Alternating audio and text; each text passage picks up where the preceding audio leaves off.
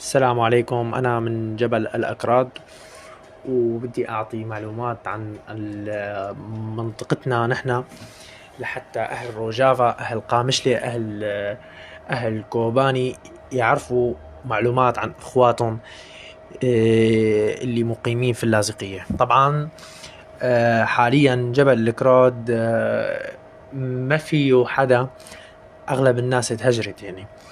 فعم نحكي نحن عن أهالي المنطقة اللي انتشروا وتوزعوا ضمن محافظات سوريا، منا اللاذقية ولا منا الشام، اللي راحوا يعني يتنقلوا بسبب الحرب والهجمة اللي صارت على المنطقة. جبل الإكراد بيمتد من محافظة اللاذقية حتى إدلب، وطبعا قرية السرمانية تتابع لحما.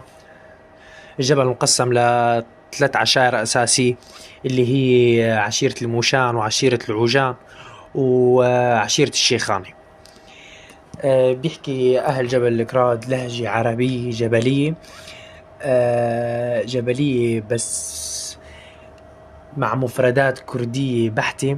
حتى أسماء القرى كردي درجة، يعني كردي المعنى تبعه درجة أولى. حتى أسماء العيال إذا منلاحظ، بيت سينو، بيت حسينو، ومنا كتير، يعني منا كتير، بيت شيخاني، هي كلياتها تتشابه مع أسماء أهلنا بروجافا. أنا بدي وجه رسالة للمتعربين اللي بالمنطقة: إذا أنت كردي مو عيب إنك أنت تقول أنا أصلي كردي، حتى ما بدك تتعلم لغة ولا بدك تتعلم. أنا هذا أصلي، أنا ما بنكر أصلي بالنهاية. فعم قلكن يعني، واللي بيعرف حاله عربي ما يقول أنا كردي، عادي، شيء طبيعي. بالنهاية مثل ما بيقولوا الضفر ما بيطلع من اللحم. نحن وأهالي روجافا بشكل عام نحن أخوات، وما بتفرق بيننا غير التضاريس والمحافظات. هني أهلنا وناسنا، وأنا من الناس اللي بتفتخر إني بأصول الكردية وأصول الأيوبي. وطبعا كلياتنا بنعرف القصة المشهورة المنتشرة بيناتنا نحن أهل جبل الأكراد.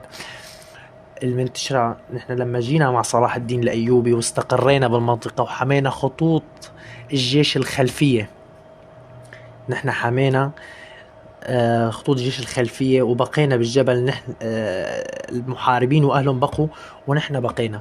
نحن قديمين وإن تاريخ يرفع الراس، يرفع الراس، ما يصير ننكره. ومو عيب إنه نقول نحن كراد، هذا الشيء عادي، شيء بالعكس إنك تفتخر بأصلك. وشكرا جزيلا لكم، وبدعو أنا اللي بيحب يتواصل مع مع الأستاذ يتواصل، وخلي يصير بيناتنا تواصل نحن وأهل رجافة، أهلنا وناسنا. وشكرا كتير.